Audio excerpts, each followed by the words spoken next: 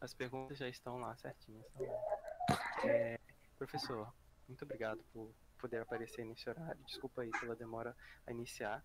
Esse é o professor Stênio, gente do departamento de computação. Ele dá, no momento, se não me engano, apenas a disciplina de grafos, né? Nesse semestre acho que é só a disciplina de grafos. E, claro, tem muito calor vendo, mas vocês ainda vão conhecer ele bastante no curso de vocês, fiquem tranquilos. Professor, a gente gostaria que você desse um breve resumo sobre você e que não entre em muitos detalhes, porque aí já vai para as perguntas. Então... Vamos lá. Então, como o Leonardo falou, eu sou o professor Estênio.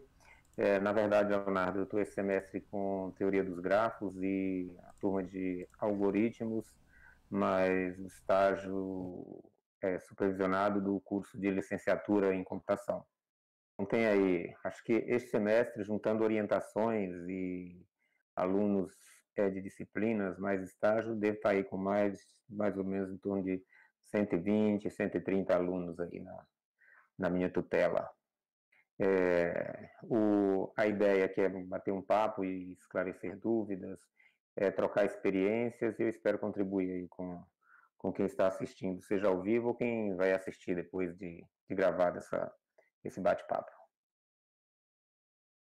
É um prazer estar conversando com você aí. A gente vai para a primeira pergunta. A primeira, no caso, seria: o que você seria se não fosse professor, se não tivesse seguido carreira de professor? E quais os cursos que você chegou a pensar antes de ingressar na faculdade, além de computação? Olha, pensar em algo assim, sem ser professor, para mim é meio complexo, né? Até mesmo porque a minha, a minha trajetória profissional, ela passa por um momento em que eu não era professor, eu trabalhava na área técnica, a minha experiência profissional passa com funções desde digitador, existia a função de digitador, acreditem ou não, mas existia. E aí, digitador, operador de CPD, analista consultor. Então, eu estive dentro da área técnica. Teve um período em que eu trabalhei em CPD de banco e tal, e eu saí da área técnica e caí na área acadêmica exatamente pelo fato de que eu sou apaixonado pela minha profissão. Então, não consigo nem dizer, se eu não fosse professor, o que eu seria? Que profissão eu teria seguido? Muito provavelmente é algo muito próximo disso, no sentido de lidar com pessoas e acompanhar, de alguma maneira, trajetórias de vida. Eu acho que essa é uma missão que está no sangue, então eu não ia fugir muito disso, não. E sobre outros cursos que eu pensei em fazer, eu não só pensei, mas eu cheguei a cursar. Eu fiz acho que 2 anos e meio de licenciatura em biologia, né? Sou apaixonado por biologia, gosto muito, mas nesse trajeto do curso de biologia, eu conheci a computação, né? E aí foi uma virada total, e eu larguei e fui atrás de fazer ciência da computação. Então, minha história, o início da minha área, da minha inserção na computação foi porque, na verdade, eu descobri a computação no trabalho, entendeu? Fui começar a trabalhar como digitador. Digitação não se faz computação sendo digitador, mas eu tinha curiosidade de saber o que acontecia com aquilo que eu digitava, e que depois virava relatórios para os setores da empresa e tudo mais. Então eu tinha curiosidade. E tendo curiosidade, eu fui saber que havia todo um processo ali, e na época em que eu estava na empresa fazendo isso, havia aquela coisa de que quem programava o computador era como se fosse assim um Jedi, entendeu? E eu achava aquilo ali, de coisa, que desafio é esse, que coisa linda é essa que esse pessoal faz, todo mundo reverencia como se fosse um deus, por que eu não posso aprender isso? E fui atrás foi assim que tudo começou. Olha só, bem legal. Stênio, quando a gente fez essa pergunta, era mais imaginando justamente nos alunos calouros, porque muitos deles não sabem se entraram no curso correto, não sabem se é isso que eles vão seguir para a vida inteira. Então, quando eles verem um professor que começou em biologia, né, viu que tipo, você ainda gosta de biologia, isso não fez você desgostar de biologia, só viu que no final, o que você gostava era outra coisa, né? Então, fica mais como um hobby, né, a parte da biologia e um gosto. Próxima pergunta é: você chegou no lugar imaginado ou desejado, ou você está muito distante do que você esperava no começo? Essa pergunta, vamos dizer assim, ela é provocante, né? Porque como indivíduo que nós somos, como seres pensantes que nós somos, a gente é movido a desafio. Temos que ser movidos a desafios, né? Então, dizer que cheguei no topo, né, e daquilo que eu queria, não no topo em termos de grandeza, mas eu conquistei tudo. Não dá para pensar desse jeito, né? Tem até uma música do Raul Seixas que eu gosto muito, em que ele diz que não quer ficar sentado no fundo de um apartamento com a boca escancarada, cheia de dentes, esperando a morte chegar. Porque, na verdade, se você acha que já conquistou tudo, perde o sentido de você continuar sendo uma pessoa aguerrida, que luta por sonhos e tudo mais. O que eu digo da minha história é que eu sempre fui movido a objetivos, né? Eu tinha objetivos traçados e esse planejamento de carreira é uma coisa que, na minha época, certamente era muito mais fácil do que é hoje para quem está entrando, para quem está na faculdade, porque na época, assim, o número de profissões na época que eu entrei na universidade era um número restrito. Todo mundo sabia todo mundo sabia ou imaginava o que um engenheiro vai fazer, um engenheiro civil, o que sei lá, um biólogo vai fazer, o que um veterinário, um médico, tudo mais. Mas hoje em dia as profissões se tornaram tão voláteis em termos de atuação que fazer esse planejamento é muito difícil, é muito difícil. Então, no meu caso, eu tinha o plano, eu planejei toda a minha formação, tive atrasos, claro, né, porque é diferente daquilo que eu sonhava em fazer uma graduação só estudando, sem ter que sustentar a família. Tomei decisões anteriores, né? Então, quando eu fiz a minha graduação, eu já tinha filho, já trabalhava, então retardei bastante a graduação, mas eu tinha um plano, eu tinha objetivos, eu sabia o que eu queria. Eu queria fazer um mestrado, depois fazer um doutorado, ir para a área acadêmica, desenvolver pesquisa, e tudo isso foi conquistado, certamente com alguns tropeços de prazos e de planejamentos, que eu imaginava que era de uma coisa, era de outra, imaginava que ia para uma área de pesquisa, cair em outra área. Então, bem nesse sentido. Eu não vou dizer que eu conquistei tudo, não, porque ainda há tanto para fazer. Hoje em dia, a minha visão está muito além daquilo que é para realização profissional, no sentido de conquistar mais sei lá, ser um pesquisador renomado internacionalmente. Não tenho essas pretensões. O que eu estou, a minha pesquisa, o meu trabalho é sempre voltado no sentido do que vai ficar para depois, né? Então, é muito bom quando a gente vê, por exemplo, colegas sei lá, pessoas que passaram pela universidade, foram nossos alunos e hoje já estão aí dando aula, já estão trabalhando, tem deles em empresas e tudo mais, né? Isso aqui é realização. E por ser isso, não para, né? A gente está sempre preocupado com a questão de evasão, o aluno que entrou na faculdade achando que o curso era de um jeito, era de outro, ou é daquele jeito mesmo que ele pensou, mas ele só vai perceber isso lá na frente por falta de uma orientação. Ele não teve, ele não insistiu, não persistiu mais um tempo até identificar que de fato existe espaço para aquilo que ele imaginou. Então essas preocupações elas existem. nesse sentido, eu acho que ainda tem muito para fazer, vai continuar tendo por muito tempo.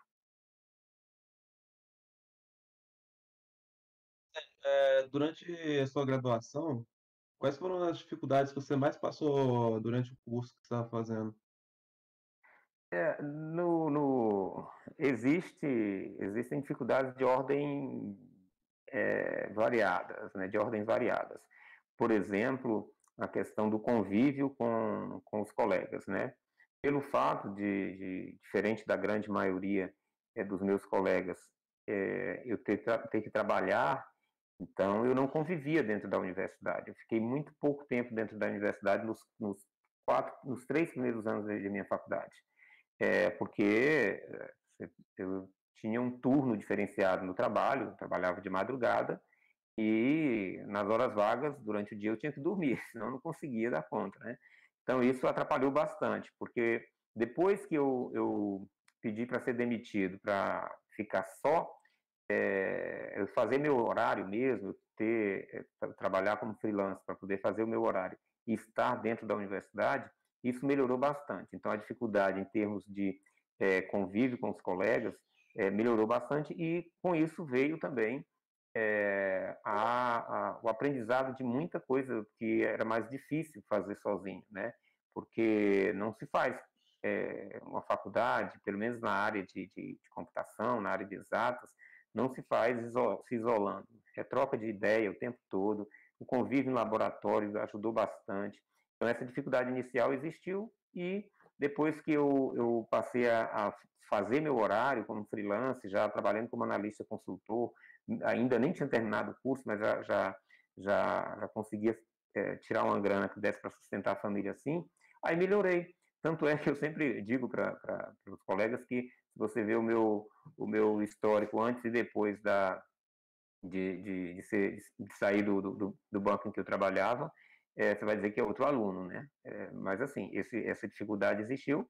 Agora, existem aquelas outras dificuldades que são de cunho estrutural, né? No sentido de que eu tive o meu curso na época foi um curso em que tinha poucos professores efetivos, tinha muitos professores substitutos, né? Um curso muito recente lá na Universidade Federal do Piauí. Então, pelo fato disso, a gente era que tinha que correr atrás. Então, o meu professor de grafos, ele tinha sido colega colega meu na universidade, entendeu? Então, ele não tinha como fazer mais do que o que ele fazia. Então, a gente acabava estudando muito mais por fora. Isso pode ter sido uma dificuldade? Pode, mas acabou criando uma certa cultura, não só da minha parte, mas de vários colegas meus,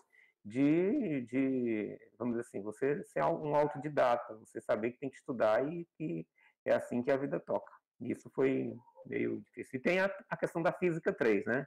A física 3 me assustou na primeira vez que eu peguei essa disciplina, e foi um choque, porque ela tinha uma retenção enorme lá na universidade, e foi aí que eu vi que se eu não desse um jeito na minha vida profissional, eu não ia conseguir levar a faculdade. Fiz a disciplina, passei assim com uma nota mínima, e aquilo me deixou muito, muito, muito assim preocupado, porque diziam que Física 3 era refresco quando eu começasse a pegar algumas disciplinas da matemática, né? Caramba. Aí eu vi, então vamos cuidar da vida. Então é isso. Então, agora. Só um segundo, Marinho. Professor, com tudo isso que você citou, acho que muitos alunos vão se sentir acolhidos com essa frase sua, porque realmente existem essas matérias que, antes mesmo deles começarem, já impõem medo em volta dele. Quando você pegar tal disciplina com tal pessoa, toma cuidado, que isso aí é o fim da sua vida. Você vai ter trabalho todo fim de semana, sei lá o quê. Então, realmente, saber que até nossos professores passou por isso nos deixa mais tranquilo, porque se alguém consegue passar por aquilo, eu acho que o resto também dá seu jeito. Mas é isso mesmo, não tem. Quando você entra na faculdade, uma coisa que eu aprendi a fazer lá no começo, lá na UFPI, a gente recebia no dia da matrícula a matriz do curso impressa numa folha de papel A4, né? aqueles quadrinhos todos, os pré-requisitos ligados e tudo mais.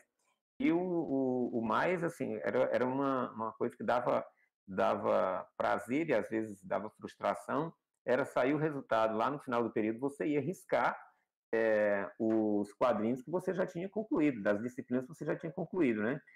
No início do semestre, você riscava a lápis, né? E no final, aquelas que você tinha concluído, você ia lá cobrir de caneta mesmo, tal. Então, ou era um motivo de alegria, você cobrir tudo de caneta, ou era um motivo de muita tristeza você deixar aquilo lá marcado. Então, eu fiquei muitas vezes reprovado por falta, porque mudava o meu horário no banco, tinha toda aquela dificuldade. Então, mas assim, aquilo era motivo de frustração. Agora a gente tem que entender o seguinte: entrei na faculdade, ok, é esforço, não tem como. Você tem que ter certeza de que vai ser cobrado e precisa entender que você não está sendo cobrado porque você é mais feio, mais bonito. Você está sendo cobrado porque o mercado de trabalho vai te cobrar muito pior do que o que o professor está te cobrando. A ideia é essa. Exatamente. Pode continuar, Marinho. Beleza. Vou pegar a próxima pergunta aqui.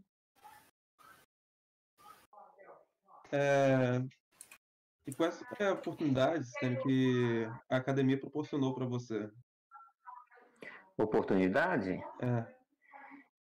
Cara, eu te digo o seguinte, quando você entra na faculdade, portas se abrem pelo simples fato que você passa a ser um universitário, você passa a ser uma pessoa que você entra para um grupo seleto, tá? E isso acaba tendo uma certa mudança de comportamento, no sentido de como você passa a ter compromissos maiores e tal. Então, isso é um impacto. E outra coisa é a tal vamos dizer assim, existem oportunidades que são restritas a quem está cursando ou já terminou o ensino superior, tá? Então, aquilo ali você já começa a perceber que o fato de você estar na academia já traz um diferencial para ti. Dentro da área acadêmica, dentro da instituição, como aluno, facilitou muito para mim ter uma visão mais holística, mais ampla de mundo, né? Eu não tinha ideia do que aquilo poderia abrir de portas, não em termos de emprego, não em termos de nada disso, mas em termos de conhecer pessoas que pensam diferente, conhecer problemas diferentes, sair do mundinho que a gente vive, que a gente imagina que é e tudo mais. A gente entra na universidade e você começa a conviver com mais pessoas, você começa a conhecer histórias diferentes. A universidade, ela te possibilita muito isso. E também é a questão do desenvolvimento da cultura da autorresponsabilidade. Você é responsável por si mesmo. Não adianta eu querer sei lá, mãe, o meu professor não dá matéria direito, o meu professor só joga lá. Não adianta, ninguém vai fazer. Você tem que correr atrás dos seus direitos, conhecer a estrutura da universidade, saber os órgãos onde você pode ser ouvido, aquilo que você não pode ficar calado. Eu fiz parte de diretório acadêmico, com toda a dificuldade de trabalhar e tudo mais, né? Fiz parte de diretório acadêmico, organizei eventos de alunos. Então, isso tudo dá uma dinâmica boa. Isso como estudante. Como profissional, a universidade, ela permite a você desenvolver aquilo que você acha que é salutar, é pertinente, é interessante para a sociedade. Ela dá o incentivo, e isso eu não posso deixar de registrar aqui. Também em privada, eu trabalhei em faculdade privada. Eu comecei na faculdade pública estadual, Universidade Pública Estadual, a UESP, Estadual do Piauí. Em paralelo, era professor substituto, em paralelo, era professor de faculdade privada também. Isso dá uma experiência significativa, e quando você vai para a universidade,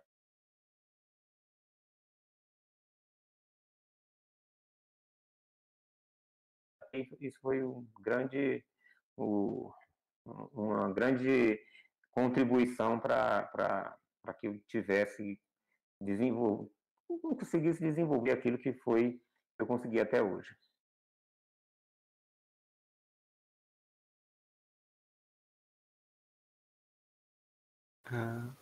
Eu não sei se... pensei que tinha caído. Não, é que era para ele fazer pergunta, mas eu acho que ele foi beber água. Vamos lá. Você que, né, tem uma proximidade maior com os alunos iniciais, que você já deu até matéria de algoritmos e tudo mais, o que você acha dos alunos do primeiro semestre? Eles correspondem ao esperado ou algo bem distante? O Leonardo, essa é uma pergunta interessante pelo seguinte, porque o que é o esperado? O esperado para quem? Assim, no sentido de para o quê? Logicamente que todo professor, todo gestor de universidade, seja ele professor, coordenador e tudo mais, tudo que a gente quer é que a gente receba alunos que estão preparados para a travessia da sua formação. Porque é uma travessia. Imagina assim como, olha, a gente vai atravessar essa longa estrada aqui, vão ter adversidades e tudo mais. Tal. Tudo que a gente espera é que está todo mundo preparado, com tudo pronto para qualquer dificuldade. Estou precisando disso, eu já sei como é que eu faço. Apareceu um problema aqui, eu sei, eu tenho a base para resolver. Todo mundo quer isso.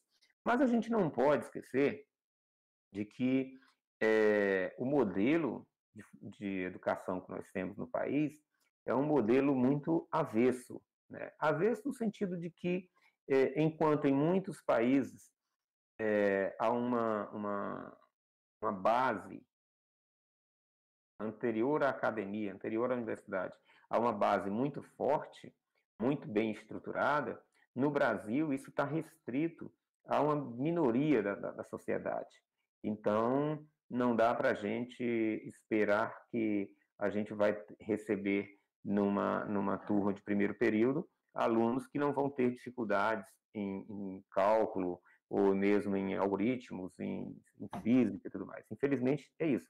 Mas o que ocorre é que isto, ao longo do tempo, veio aumentando vamos dizer assim, a dificuldade dos alunos. A gente nota que, ao longo do tempo, não é que seja uma curva bem comportada. Às vezes uma turma vem, aí aquela turma é excelente, muito boa, aí no semestre seguinte já vem uma turma que tem um pouco mais de dificuldade, você vai demorar mais no conteúdo e tal, mas cabe a nós, universidade, não só a nós, professores, mas cabe à universidade assumir o seu compromisso. Afinal de contas, ela recebe um financiamento para formar indivíduos. Não estou falando de formar profissionais, não. É muito mais do que formar profissional. A gente forma indivíduos. Então, há um papel que a gente precisa compreender. Eu não posso entender meu aluno como uma máquina de receber conteúdo. Não, eu tenho que entender o contexto, eu tenho que entender as adversidades, as diferentes histórias que nós temos ali. Então, eu acho que há uma situação que a gente precisa compreender. Tanto é que, se você analisar, por exemplo, a formação das turmas, se você embaralha os alunos, todos os alunos aprovados no exame, lá, seja o PISM, seja o SISU, se você embaralha e monta as turmas de maneira aleatória, que não seja por ordem de classificação, você vai ter turmas muito bem parecidas. Tá? Mas se você forma as turmas pegando em ordem de classificação, logicamente aquelas primeiras turmas vão receber os alunos que tiveram maiores notas, provavelmente alunos que têm histórias de vida que permitiram que aquilo ali se verificasse com mais veemência, e você nas últimas turmas lá, você pode ter situações em que o aluno vai ter a turma, a homogeneidade é na outra direção. Mas independente disso, a gente tem que entender que o papel nosso é trabalhar o aluno nesse sentido. Não quer dizer que a gente vai conseguir sempre, porque tem situações em que, de fato, o aluno ele não se encontrou naquele universo e o tempo que ele teve para demandar o aprendizado demandaria mais tempo e ele não teve esse tempo.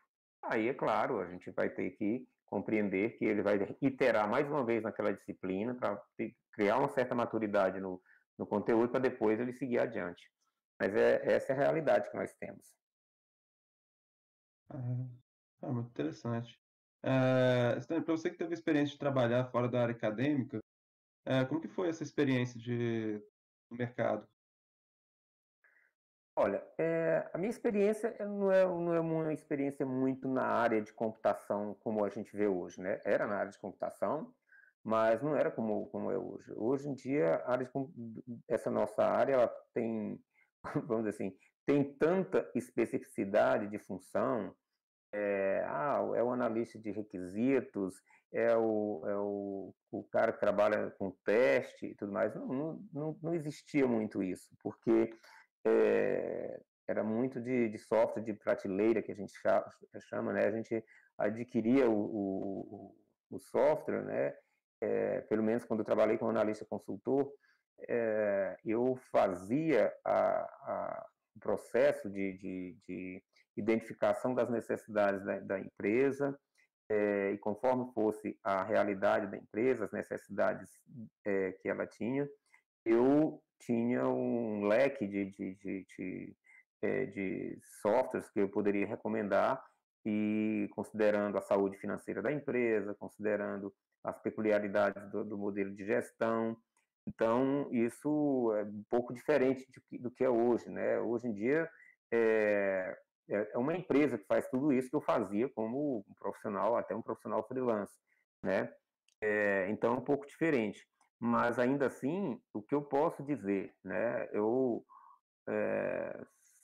Se fosse para você dizer, assim, é legal, você gosta, eu não curto muito a ideia do engessamento de horários de trabalho, por exemplo.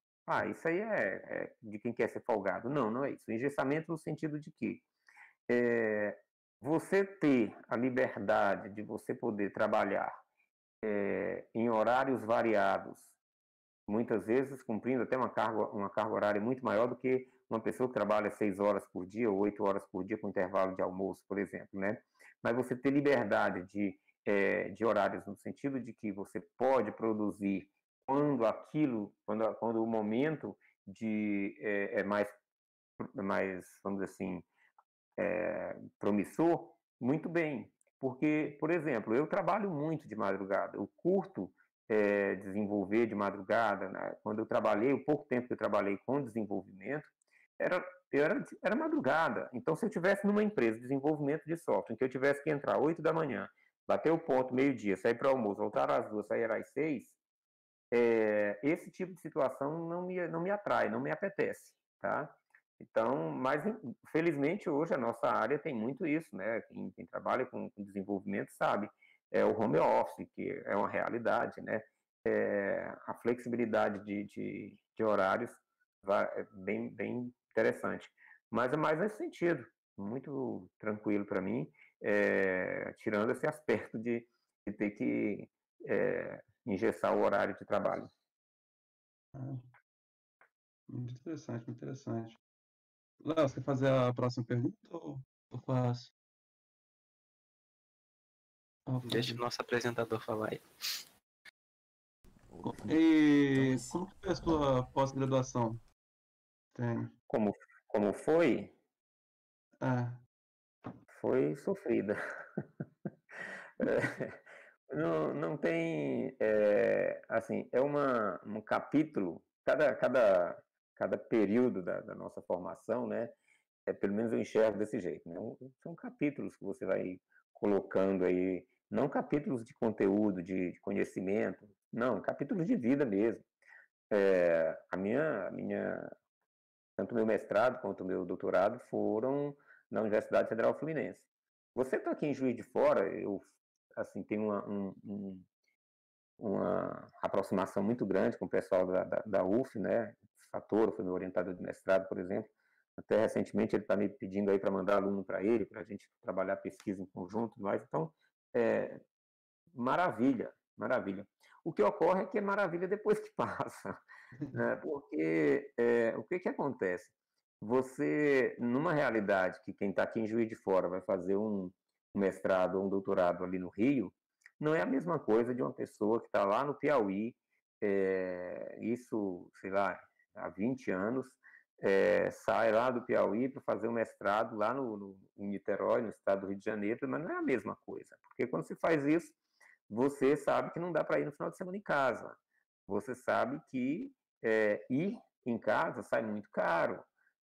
Então, para mim, foi bem complicado nesse sentido de adaptação, principalmente pelo fato de que eu tinha criança, né, eu tinha um filho pequeno, e, assim, e o custo, né? Como é que você sustenta um filho fazendo mestrado e você tendo que mandar dinheiro para casa? Então, era se vira nos 30, né? Eu sempre conto que eu achei que era rico quando eu vendi um Fiat Elba e fui para Niterói para fazer mestrado, achando que o dinheiro do Fiat Elba ia dar para pelo menos o primeiro ano de disciplinas, né? Deu 2 meses e 15 dias, eu não tinha mais um centavo do Fiat Elba, né? Então, aí você se virou nos 30. Nesse sentido, é bem, assim, em termos de formação, em termos de conteúdo e tudo mais, né? Para mim, foi tranquilo. Embora eu tivesse vindo de uma instituição que, na época, hoje em dia não, mas na época, não se acreditava, né, que um aluno vindo lá, não era aluno, né, a gente era candidato no começo, então depois da matrícula você vira aluno, né, mas não se acreditava que um aluno que veio lá da Federal do Piauí iria dar conta de fazer um mestrado lá, porque é puxado, né? Tudo bem. Então, não tinha, ninguém acreditava, não. Mas veio eu e um colega meu que não é formado na Federal do Piauí, é formado na Federal do Ceará, mas ele trabalhava lá na mesma universidade que eu dava aula, a Universidade Estadual do Piauí. Nós viemos e em todas as disciplinas que a gente fez matrícula, né, que a gente se matriculou, as 3 disciplinas que a gente se matriculou no primeiro período, nós fomos os primeiros colocados nas 3. Aí pronto, aí o pessoal começa a olhar, olha, lá tem computação mesmo, né? O pessoal lá dá conta. Aí a coisa começou a gente ficou mais tranquilo no sentido de que ninguém acreditava e viram, ó, lá tá tranquilo. Mas foi tranquilo no sentido de que a gente estudava pra caramba. Então, mas foi a primeira vez que eu saí de casa para estudar e que eu, pelo menos o primeiro semestre, eu não trabalhei, eu só estudei. Foi o único período da minha vida que eu só estudei, eu não trabalhava, né? E aí, pronto, foi tranquilo demais. E daí para frente, dor de cabeça no sentido de você ter que produzir artigo, você ter que desenvolver uma pesquisa, mas isso foi no mestrado, depois foi no doutorado, e é um período longo, é muito estresse, você tem um emocional que afeta bastante.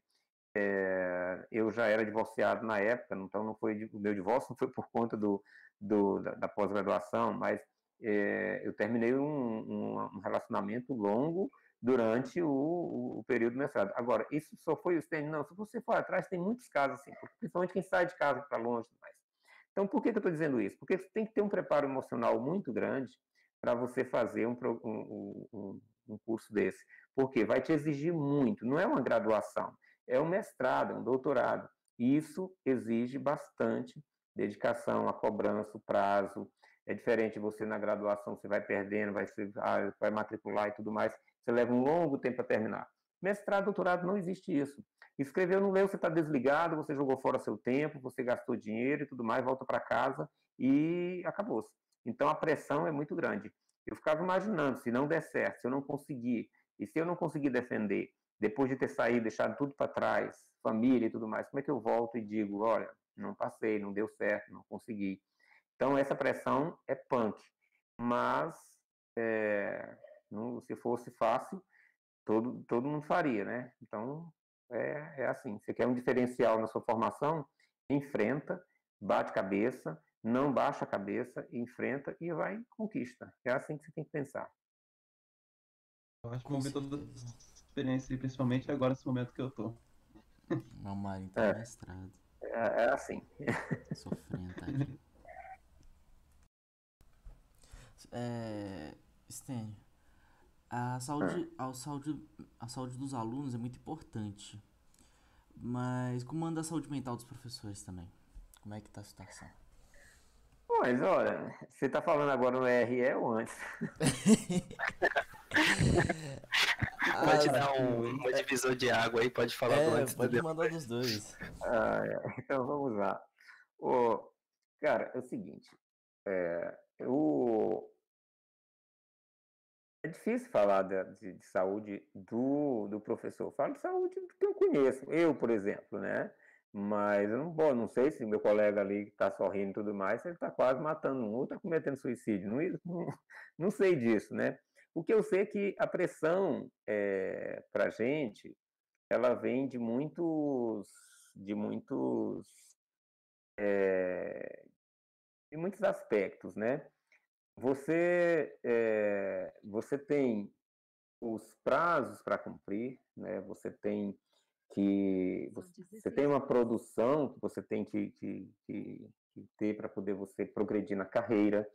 É, querendo ou não, você tem momentos em que a estrutura está adequada para você apresentar um projeto, você conseguir uma aprovação e tudo mais, mas às vezes em períodos de vacas magras não necessariamente você consegue um projeto aprovado. Às vezes você tem dificuldade de implementar um projeto porque não tem aluno, ou tem aluno, mas você sabe que o aluno ele ainda não está preparado para conduzir o projeto, e o projeto, ele, vamos dizer, o resultado do projeto é produção acadêmica que você precisa para poder justificar é, a, sua, a sua progressão. Só estou citando um aspecto. Outros aspectos que podem influenciar são relacionados como é que eu falo? Você tem um conjunto de pessoas que pensam de forma diferente e você acha que vai conseguir mudar o mundo, né? Você vê que tem uma coisa às vezes errada, que poderia funcionar de forma melhor e tudo mais, e você não consegue implementar porque tem outros ali que estão que pensam diferente ou que na verdade não estão incomodados com aquilo que poderia ser melhorado e tal, e você vai se frustrando porque não conseguiu fazer, né? Isso depende muito do compromisso que cada um tem com aspectos administrativos, por exemplo. Eu não sou a pessoa mais ideal para falar, no sentido de que já passei por cargos administrativos na instituição, tá? E das 2 vezes que eu passei, que eu saí da forma que eu não gostaria de ter saído, foi exatamente em função de que tinha coisas para melhorar, que poderiam ser melhoradas, mas a estrutura não ajuda, né? Aí você vai se frustrando e pronto. Aquilo ali afeta o emocional do professor.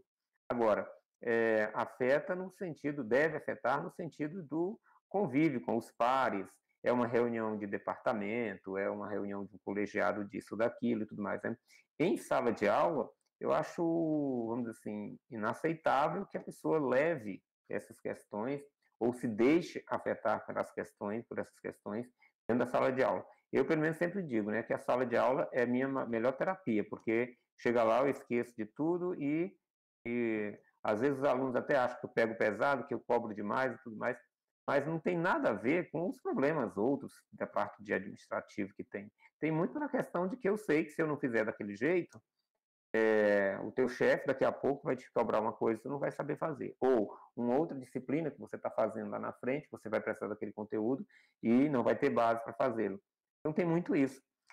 Agora, a saúde emocional, ela é uma coisa, vamos dizer assim, independente de ser professor, ser policial, tal, é uma coisa que não é algo que você diga, olha, é boa a saúde emocional de um policial ou de um professor. Não, é individual, cada um tem os seus problemas, tem as suas coisas. Agora, nesse momento agora de ensino remoto emergencial, é lógico que está havendo uma sobrecarga para os alunos, sobrecarga para os professores. A gente está tocando o sino, acompanhando a procissão, entendeu? E levando a água do batismo. Então, é muito complexo, é muito complicado você dizer que vai ter a mesma qualidade do trabalho do professor agora, como também do aluno, no momento desse. Não dá. Nós estamos aprendendo uma nova forma de trabalhar, nós estamos aprendendo uma nova forma de ensinar. E isto pode gerar frustrações, porque a gente faz isso, por exemplo, eu estou aqui agora, não estou na minha casa, né? Porque estou aproveitando um horário que estou acompanhando meu filho e tudo mais, aquela coisa toda. Durante a semana é a mesma coisa, eu faço reunião, às vezes, correndo com atrás do menino e tal, eu estou dando aula, eu tenho que, se meu filho chega, eu não posso, se meu filho chorar na hora da aula, eu tenho que chamar outra pessoa, botar o mudo e chamar outra pessoa para socorrer, porque não dá para parar.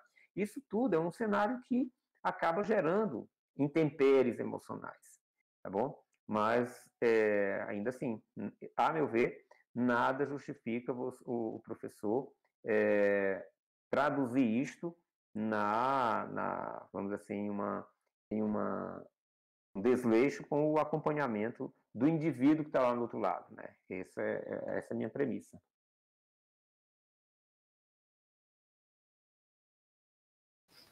Professor, acredito que você dominou essa pergunta de uma forma excepcional. Passou até da ideia inicial que eu tinha falado. Eu acho que agora dá até para eu reformular essa pergunta e fazê-la ficar um pouco menos abrangente, mas perfeito. O próximo é sobre o RAG. Você acha que, assim, principalmente nessa época, o pessoal está comparando muito com as regras e tudo mais, as regras do RE, isso é permitido, isso não é. Você acha que o RAG deve ser atualizado? E em qual aspecto ele deve ser atualizado? O Leonardo, o RAG, vamos imaginar, há um documento, um documento da Prograde que estabelece todas as especificidades do ensino remoto. As especificidades que precisavam ser levantadas, precisavam constar explicitamente para o ensino remoto, estão lá. Aquilo que não está lá, aquilo que não está é porque tem que seguir o RAG. Especificamente, eu tenho as minhas ressalvas sobre o RE, em termos principalmente em termos de prazo, em termos de não pelo IRE, tá bom? Mas pelo calendário apertado que foi criado. Eu não posso imaginar que um professor vá dar conta de maneira tranquila a cumprir um prazo no calendário que nós temos aí, de que, não sei se vocês viram, né? O período encerra dia tal, no dia seguinte tem que ter sido lançadas as notas. Ora, é uma outra avaliação que vou ter que fazer, é um outro modelo que vou ter que fazer. Tá? E a outra coisa foi, colocou-se na conta do aluno a quantidade de disciplinas que ele poderia fazer. Olha, no documento, ou na minuta do documento, diz lá para que os coordenadores orientem os alunos a fazerem no máximo 3 disciplinas, dado a carga que tem e tudo mais, aquela coisa toda. Ora, se há esse norte aí, por que então que não se colocou da seguinte forma? A matrícula padrão são 3 disciplinas, o aluno seleciona. Se o aluno quiser mais, ele apresenta para o coordenador, olha, eu tenho condições de fazê-lo e tal, aquela coisa toda, e eu vou querer fazer e pronto. Você teria uma coisa que o aluno está controlando, mas de uma maneira que ele já ficou explícito para ele, olha, há um sinal de que a coisa vai pesar. Eu fiz um levantamento na minha turma de algoritmos, coloquei lá um formulário para eles responderem lá online, lá e estava aparecendo os resultados. Em quantas disciplinas você está matriculado? Ok. Aí eu botei as opções, né? 1 disciplina, 2 disciplinas, 3 disciplinas, 4 disciplinas, eu botei mais de 4 disciplinas. Foi quase 80% dos alunos está fazendo mais de 4 disciplinas. Aí eu falei na hora, sim, mas em quantas disciplinas vocês estão matriculados? A maioria estava matriculada em 7 disciplinas. Aluno de primeiro período. Ora, primeiro período, 7 disciplinas para fazer em 10 semanas, que não dá 10 semanas na prática, você tem aquele período que você teve lá em março, você teve que recuperar agora, você teve que revisar, você teve que tratar tudo. Então, praticamente, ficaram 8 semanas. Aí isso pesa. Então, nesse aspecto, o RAG deixa solto, muita coisa assim. Eu não acho que está atendendo, não. Eu acho que poderia ter sido mais trabalhado aí de maneira a não gerar problema. Você tem, o cara vai ficar reprovado, não vai contar a reprovação. Grande vantagem. Ele tem uma reprovação, aconteceu uma frustração na vida dele, na vida acadêmica dele. Então, isso eu acho pesado. A próxima pergunta seria tipo sobre as limitações que tinham antigamente do hardware em questão de poder computacional. Você acha que ter enfrentado essas limitações daqui da época te tornaram um melhor programador, um melhor programador no geral?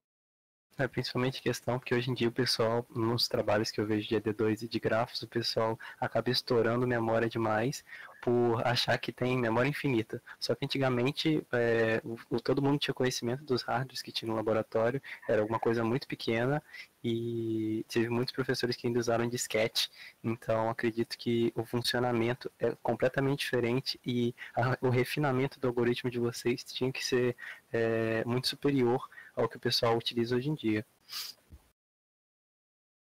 Olha, isso é verdade. Sim, avançou e tudo mais, mas eu não creio, particularmente eu não creio, que isso vá definir que antes a gente tinha, saindo da faculdade, programadores ninjas Jedi e hoje a gente tem programadores aprendizes. Não, eu acho que o que mudou é que, enquanto hoje em dia vai se perceber isso quando você está no aperto de programar para um dispositivo que necessariamente vai ter você vai ter que economizar e tal.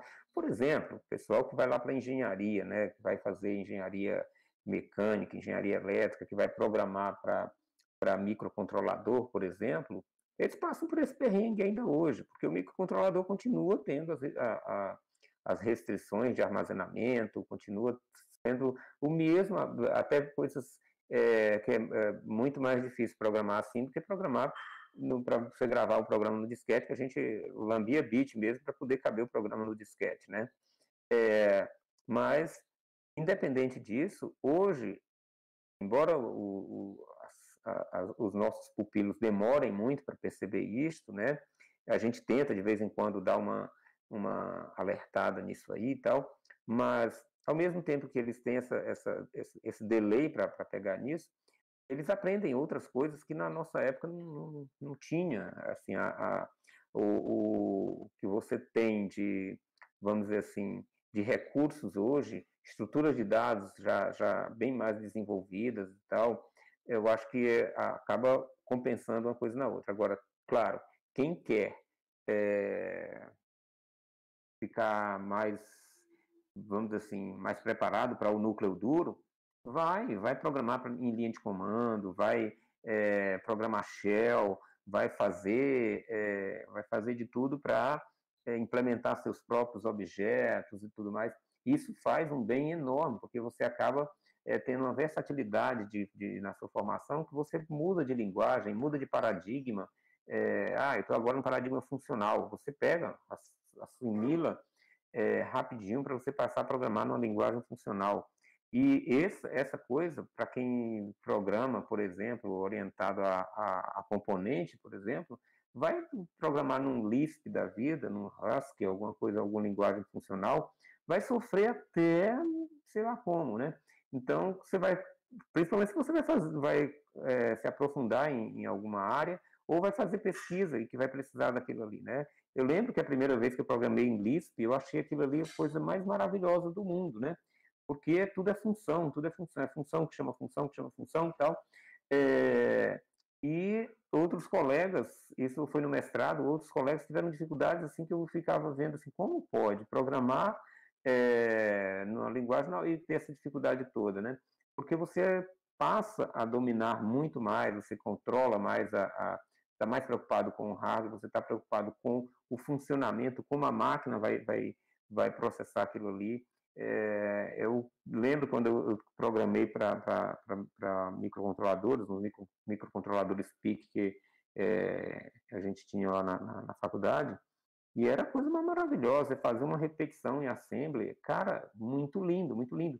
Você vai mostrar isso para o aluno hoje, ele não vai querer ver, porque ele acha que aquilo ali não vai usar muito, e não vai. Se ele não for para uma área específica, ele não vai. Mas aquilo ali traz um valor agregado muito grande. Esse valor agregado é o que a gente deve buscar. Como eu falo, por exemplo, a minha disciplina de gráficos, né? Valor agregado, o aluno conhece o LaTeX. Então, acaba que ele vai fazer o relatório dele no LaTeX, ele nunca viu o LaTeX, mas tudo bem, ele vai aprender, porque ele está lá, ele pode fazer aquilo ali. Então, esse valor agregado serve na programação, serve em outras coisas. Eu acho que é por aí, sim. Muito obrigado. Próxima pergunta. A próxima pergunta veio de um aluno que é Stênio. Como você e outros professores avaliam um aluno para ser o orientador dele? Depende da natureza do projeto, tá? Por exemplo, eu tenho projeto na área de modelagem de programação matemática para problemas da área de pesquisa operacional. Ok. Logicamente, o aluno ele deve ter, na hora de olhar o perfil do aluno, eu vou verificar abstração matemática, eu vou olhar como é que foi ele em disciplinas de programação, estrutura de dados e tal. Se eu for, por exemplo, eu tenho outro projeto que é na área de análise de dados de instituições de ensino superior, né? Então, é mais uso de técnicas de mineração de dados, técnicas de, sei lá, data science, essa coisa toda. Então, aí eu vou verificar a capacidade que o aluno tem em termos de, por exemplo, conhecimento de estatística, ajuda bastante. Programação, ajuda bastante. Como é que se o aluno ele já teve de alguma... Se o aluno já não foi, se a pessoa não foi meu aluno ainda, né, ou minha aluna, logicamente que eu vou olhar para o histórico do aluno ou da aluna de uma maneira a tentar identificar perfil ali que mais se adequa ou se adapta à natureza do projeto, tá? Quando é um projeto de treinamento profissional, a gente faz um processo de seleção, divulga o edital e tudo mais, aí a gente às vezes coloca algumas restrições até em termos de disciplinas, né? Dependendo do projeto, você exige que o aluno tenha feito pelo menos as disciplinas tais, né? Já no caso de iniciação científica, a universidade, nem o CNPq, exige que haja um edital de seleção e tal. Então, aí você seleciona mesmo a dedo. Olha, aquele aluno está bem alinhado a esse projeto. Convida o aluno, na maioria das vezes ele vai dizer não. Por quê? Porque aquele aluno, se aquele professor está vendo aquele aluno, já tem uns 10 professores que viram aquele aluno também. E aí, às vezes, você chega atrasado, né? Ou, às vezes, você chega, o aluno está num projeto, já está num projeto, mas ele está num projeto que ele não curte muito por conta da área, e ele gostou do teu projeto, aí ele vai, não, vou conversar com o professor lá e tudo mais, se tudo correr bem, eu vou para o teu projeto. É mais ou menos assim, é uma dinâmica diferente conforme seja o tipo de projeto. Muito obrigado. Vamos continuar nas perguntas. Marinho? Eu acho que ele não está aqui no momento. Tá, próximo. Seria... Ah, tá, eu tinha esquecido de ligar o microfone. Pode falar. A próxima pergunta seria: o que você acha da situação da educação de nível superior no Brasil? Qual delas? Pergunta. Porque, na verdade, é o seguinte,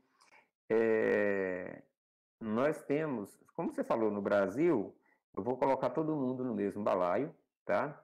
Educação superior, e vou falar em diferentes eixos. Por exemplo, se você olhar para a educação pública, principalmente a federal, e as exceções de estaduais, lá do caso do estado de São Paulo e do Rio de Janeiro, você vai ver que são, assim, comparável aos grandes centros de conhecimento no mundo, tá? Na grande maioria. Então, a gente não deve a muitos países em termos de qualidade do que é a educação superior. Mas a gente não pode deixar de falar dois aspectos nisso. Primeiro, a educação não é só ensino, tá? E as métricas que se utilizam por alguns desavisados de comparação de instituições e tudo mais, é olhar para o ensino apenas, né? Não, a educação superior, ela pressupõe você ter ensino, você ter pesquisa, você ter extensão, tá? Então, neste aspecto, que há algumas diferenças de região para região, financiamento das empresas dentro das instituições no Brasil ainda é muito restrito, é uma coisa muito tímida ainda, está muito forte em algumas instituições, como o FMG, a USP, você tem financiamentos que, ou mesmo a UFRJ, empresas que vão lá e jogam dinheiro ali dentro para formar profissionais, para formar pessoas e financiar projetos de pesquisa que vão, de alguma maneira, desencadear novos produtos e tudo mais. Isso ainda é muito restrito aos grandes centros. Então, há essa desigualdade, sim. No que se refere ao outro balaio, que seriam as instituições privadas, aí você vai ver que você tem eu estou falando tudo em termos de qualidade, tá? Você tem um abismo entre algumas poucas exceções, né? As PUCs, as católicas, algumas privadas aí, que são de algumas áreas específicas, né? Ou da área de saúde, ou algumas áreas de engenharia e tudo mais. Você tem exceções, tá? E você tem os grandes grupos internacionais, né, as grandes corporações que estão chegando no Brasil, adquirindo instituições de ensino superior, como se adquire uma empresa que vende abacaxi ou vende enlatado, e está aí produzindo material e oferece curso, na verdade é simplesmente um conjunto de fascículos lá que vai depois fazer prova e o aluno recebe um diploma. E aí você tem isso tanto, tem grandes corporações que trazem cursos de qualidade, tem grandes corporações que estão interessadas apenas no dinheiro. Há o compromisso social dessas empresas, dessas instituições, né, dessas corporações, o compromisso social é irrisório comparado àquilo que as universidades públicas fazem, né? Então, essas empresas, essas instituições, elas não desenvolvem pesquisa, elas não trazem um valor agregado para a sociedade de imediato, tá?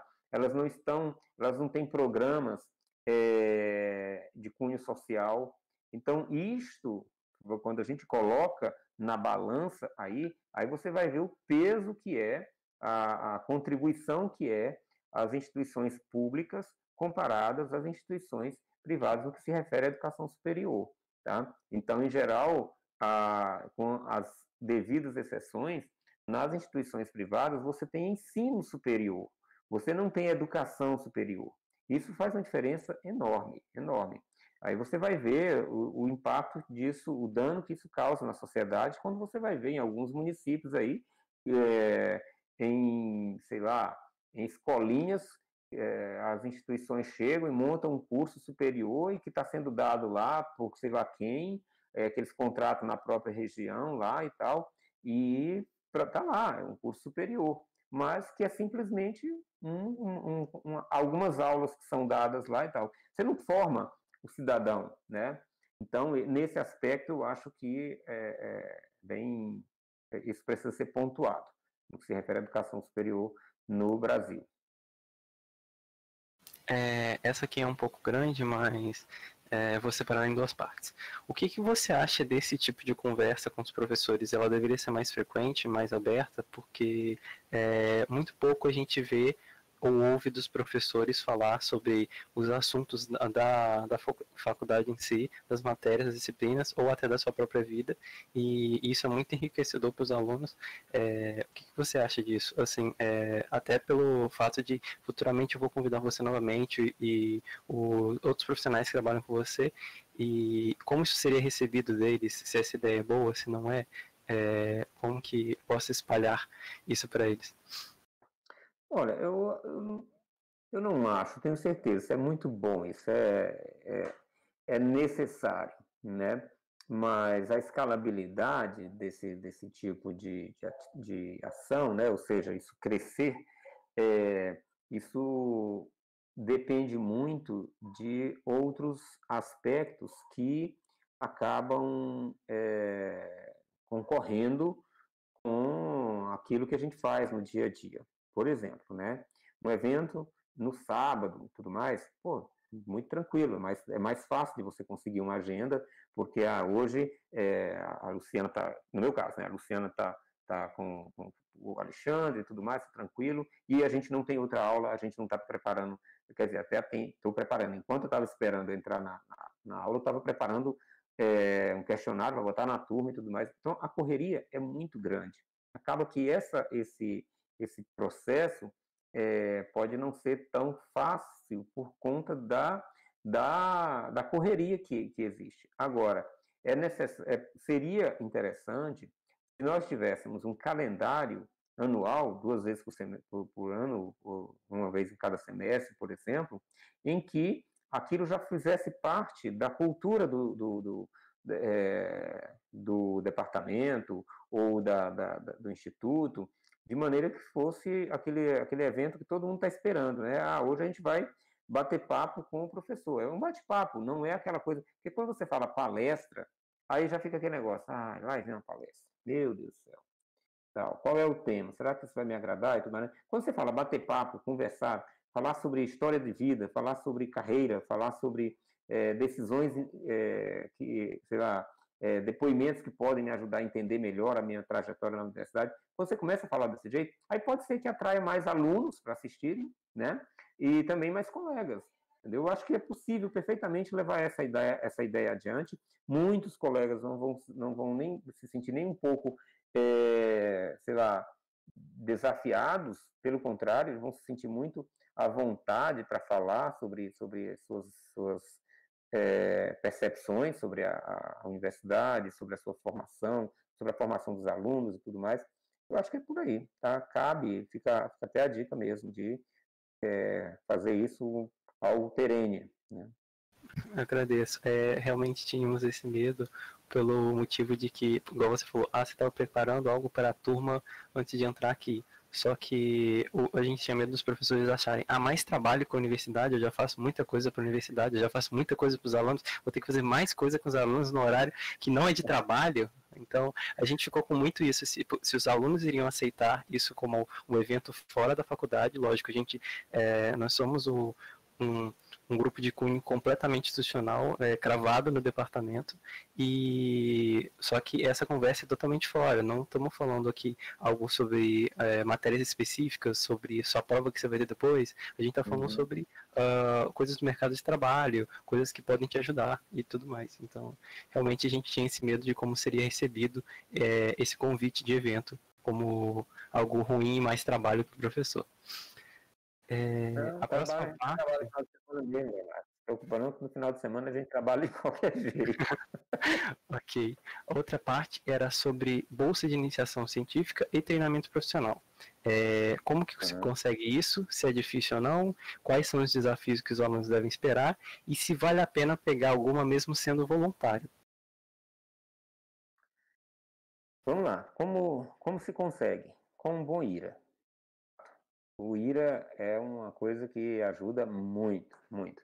Segundo, procure estar atento aos editais, né? Você tem os editais que são publicados e ficar atento para ver não só dentro do departamento do seu curso, né? Às vezes você tem uma bolsa com um problema interessante, que você tem interesse e tal, e está lá sei lá, na engenharia, e tal. Vê lá se no edital permite um aluno do teu curso lá e se candidatar, então, ou está restrito só a aluno de um determinado curso, entendeu? Isso é algo que tem que ter em mente, ficar atento aos editais e tal. O IRA tem que estar atento você tem que ter um bom IRA, e também não sair atirando para todo lado. Qual é o problema que a gente identificou aí há algum tempo, e a gente que eu falo, nós professores, alguns colegas professores, não sei todos, mas alguns que já conversaram comigo, a gente começou a perceber que algo que é muito, muito ruim para a gente, né? Porque a gente faz um investimento de tempo na formação do aluno, né? E o que acontecia é que o aluno pegava um projeto aqui, tá? Aí daqui a pouco ele mudava de projeto. Não esperava terminar, não. Mudava de projeto. Apareceu um melhor, vai lá e... Isso começa a criar a situação que a gente sabe, olha, cara, o meu projeto já conseguiu os alunos, que o professor, o colega vai lá e assina o documento lá a ata de seleção e tudo mais, aquela coisa toda. Aí você começa a ver assim, cara, esse aqui talvez não termine o projeto, não. Então, isso é muito para o aluno, isso é muito ruim, porque ele não cria, ele não tira proveito da ideia do projeto, de se formar naquilo, de conhecer mais sobre aquilo. Isso é péssimo, é péssimo. Então, a dica que eu dou encara, se você foi selecionado, vai à frente e tudo mais, a menos que você teve de alguma forma um problema que te impossibilitou de continuar no projeto, ok. Mas não ficar pulando de projeto em projeto e tal, sem concluir nenhum, isso é muito, muito chato.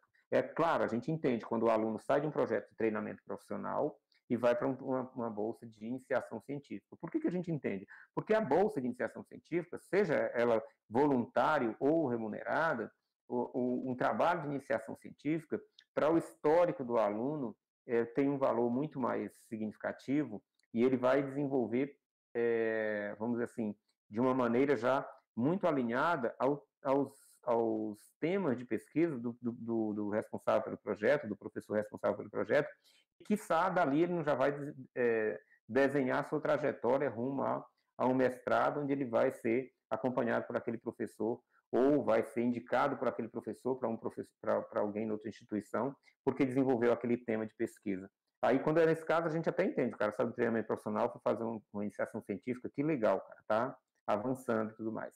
Agora, no contrário, não. E sobre a pergunta se vale a pena ser voluntário, claro que vale, claro. Eu acho que o voluntário dentro da instituição, ele tem esse papel vamos dizer assim, de impulsionar os trabalhos de pesquisa, seja treinamento profissional ou iniciação científica, e principalmente ele tem só o dividendo, que é ter aquilo ali como atividade complementar e tudo mais, está previsto lá na sua matriz curricular, mas tem também o aspecto de que ele é voluntário hoje. Se ele se adequou bem ao projeto e tudo mais, aquela coisa toda, na hora que aquele projeto tiver uma bolsa, seja nesse semestre, seja no outro, e que aquela bolsa seja remunerada, é lógico que ele é o primeiro a ser contemplado. E, além disso, tem o seguinte, se aparece um outro projeto no ano seguinte, tudo mais, você foi voluntário, então, logicamente, que você indo para um outro projeto, mesmo que seja com outro professor, o fato de você ter participado de um projeto como voluntário e tudo mais, e conseguiu resultados naquele projeto, tudo mais, porque tudo isso a gente vai atrás, né? É lógico que você vai ter muito mais chance de ser selecionado para a bolsa do que um outro que nunca fez um voluntário, que nunca fez nada de pesquisa, que não trabalhou, que está chegando pela primeira vez na ideia de chegar no TP ou na iniciação científica. Ele vai é mais fácil que ele entrar como voluntário do que você que já foi voluntário, entendeu? Então a ideia é essa daí. Ok, muito obrigado. Acho que chegamos à nossa última pergunta e depois vamos ver se alguém tem mais alguma dúvida. Caso você tenha alguma pergunta para fazer para ele, por favor, deixa nos comentários aí que a gente já vai ler, tá?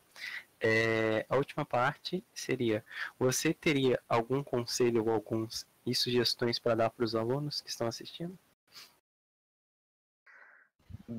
Sim, assim, eu sempre penso da seguinte forma. Quando a gente entra na universidade, a gente tem que se perguntar, e agora? Como é que eu faço para sair? Tá? Porque entrar é muito difícil, muito difícil. Mas sair não é tão fácil, não é mais fácil do que entrar. Sair da faculdade, sair da universidade, que eu falo, é ter uma boa formação, ter um indivíduo melhor e mais preparado para atender às demandas próprias e da sociedade. Isso pressupõe compromisso, pressupõe responsabilidades, pressupõe sacrifícios. Esta pergunta você deve ter em mente sempre. O que eu estou fazendo que está permitindo, ou que está facilitando eu sair logo da universidade e sair bem preparado. Esse é um foco. Outra sugestão, não vou nem dizer conselho, né? Outra sugestão que eu dou: estabeleça prazos, estabeleça propósitos, faça um planejamento do que você quer para a sua vida. Seja uma pessoa ambiciosa no bom sentido, né? Chegou um menino aqui, tá? Já, filho. Seja uma pessoa que tem o foco estabelecido. Você sabe exatamente o que você quer durante a sua trajetória e você sabe o que você quer depois que sair da universidade. Com isso, você consegue se planejar melhor, seja em relação às oportunidades que tem dentro da universidade, de bolsa de iniciação científica, de participação de eventos e tudo mais. Tudo isso faz parte de um planejamento. Se você sabe exatamente o que você quer, você vai saber dizer não quando surgir uma oportunidade que não vai te levar àquilo que você está pretendendo. Como você vai saber dizer sim prontamente quando aquilo está contribuindo para você alcançar o objetivo.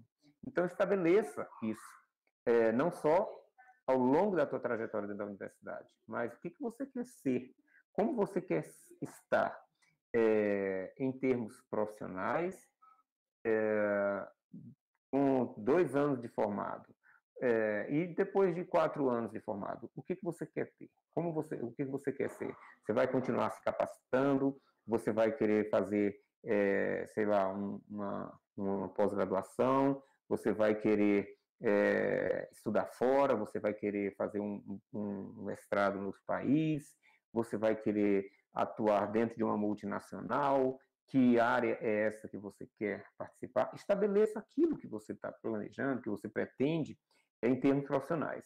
Depois, claro, você tem que se perguntar: isto, para mim, como indivíduo, como pessoa, vai me trazer realização mesmo, ou eu estou olhando apenas para aquilo onde a multidão está olhando? Só a satisfação, sei lá, por ter um bom emprego, por ter um bom salário, isso não é suficiente. É necessário que você se pergunte se aquilo, de fato, vai te fazer te tornar uma pessoa mais feliz. Então, não olha tão somente pela projeção profissional em termos de salário e tudo mais. Você tem que estar de olho nessa coisa, porque senão você vai até conseguir vencer os objetivos, conquistar os objetivos, mas o principal você não obteve, não conquistou, porque aquilo não te fez realizar-se como pessoa, como indivíduo. Isso, quando você começa a temperar sempre as suas decisões, fazendo esse contraponto, se aquilo vai te trazer felicidade, se aquilo está de fato na linha daquilo que você está esperando, que vai te fazer uma pessoa feliz, mas se você faz isso sempre, vai ajudar até você identificar dentro do teu curso possíveis áreas que você pode escolher, ou identificar se aquele curso de fato está alinhado àquilo que você que pode te trazer essas realizações. Tudo isso é necessário a gente fazer dentro da faculdade, mas claro, isso a gente deve fazer no nosso dia a dia, tá? Eu só trago aqui nesse nosso bate-papo para o contexto da universidade, porque esse é o nosso tema, é o nosso assunto, é a nossa vibe aqui. Mas, logicamente, que isso pode transcender a outros aspectos da tua vida pessoal, seja emocional, seja familiar, seja lá como for. É necessário que você tenha objetivos, você estabeleça metas, você estabeleça prazos para você fazer o checkpoint se está atrasado, se não, o que eu tenho que correr porque eu perdi o prazo, mas também que você estabeleça sempre a relação disso com aquilo que te faz ser uma pessoa feliz, se sentindo bem com você mesmo, se sentindo orgulhoso de você mesmo, para que você possa, de fato, tirar proveito de todo o esforço de maneira plena. Essa é a dica que eu dou, não é um conselho, é só uma dica. Muito obrigado, essa dica aí realmente é de vida, não serve só para faculdade, você pode utilizar para qualquer área mesmo. E tem mais alguma coisa para adicionar, Marinho? No caso, eu gostaria de agradecer a participação, né, pelo todo o Diretório Acadêmico de Computação, e que, no caso, para os espectadores, eu tenho certeza que essa conversa foi muito importante, né, até mesmo para os alunos se identificarem com a história dos professores, até uma visão melhor do curso que está fazendo e tipo de coisa. Ok. Rafael? Também, cara. Alguma coisa no YouTube? Não? Não, Perguntas? nada. Ok. Instagram, nada também. Acredito que não tenha mais o que falar. Professor, para não estender mais isso, que eu acho que já passou de 1 hora que a gente está aqui falando. Muito obrigado novamente. Qual é a sua área de pesquisa mesmo? E outra coisa, o pessoal que é indeciso sobre tudo que ele falou, de correr atrás de objetivo e tudo mais, converse com os professores. Cada professor tem sua área que ele gosta. Converse com os professores. Talvez numa conversa com eles você consiga ver algo em comum e seja interessante para você. Então, os professores sempre estão aí. Pode mandar e-mail à vontade quando a bendita Covid, né? Conseguir ter, sei lá, se tem uma oportunidade de voltar ao normal, mas quando pudermos estar presencialmente juntos, vá até a sala dos professores e converse com eles. Agende um horário. Leonardo, a minha área é uma área mais assim, é uma área transdisciplinar, né? A área de pesquisa operacional e inteligência computacional é uma área transdisciplinar, então tem aplicação em tudo quanto é outra área, tem problemas na área médica, tem problemas na área agrícola, tem problemas na indústria, tem problema no transporte, então é uma área transdisciplinar, tá? Então é por aí. E sobre a nossa conversa aqui, eu gostaria de agradecer a oportunidade de trocar ideias e de bater papo sobre isso. É muito melhor do que você estar, sei lá, de alguma maneira apresentando um conteúdo que você está naquela preocupação, porque o aluno vai ser avaliado naquilo, ele vai fazer uma prova, será que eu transmiti legal? Será que ele compreendeu? Será que ele vai conseguir fazer o exercício e tudo mais, né? Então esse bate-papo aqui é bem melhor do que, quer dizer, para mim, né? Deixa mais descontraído e eu espero que de alguma maneira tenha contribuído aí para esclarecer algumas dúvidas dos colegas, dos alunos e, claro, me ponho à disposição aí para qualquer bate-papo que vocês queiram e pode disponibilizar aí também meu contato de e-mail, né, os e-mails institucionais aí que estão aí já está divulgado, eu não sei se você tem, mas você pode colocar ali para o pessoal, né, tanto o estênio.soares@ufjf.br como o ssoares@ice.ufjf.br e aí, para qualquer dúvida, quiser algo mais, quiserem conversar algo mais específico, então sintam-se à vontade. É muito natural, é muito comum, principalmente para quem está começando a faculdade, estar coberto de dúvidas e de inquietudes e de incertezas. Então, se eu puder contribuir, eu fico agradecido também. Muito obrigado, professor. Agora eu vou jogar para a sala, te falar mais umas coisinhas e o pessoal aqui vai conversar um pouco com os alunos, falar um pouco do DA e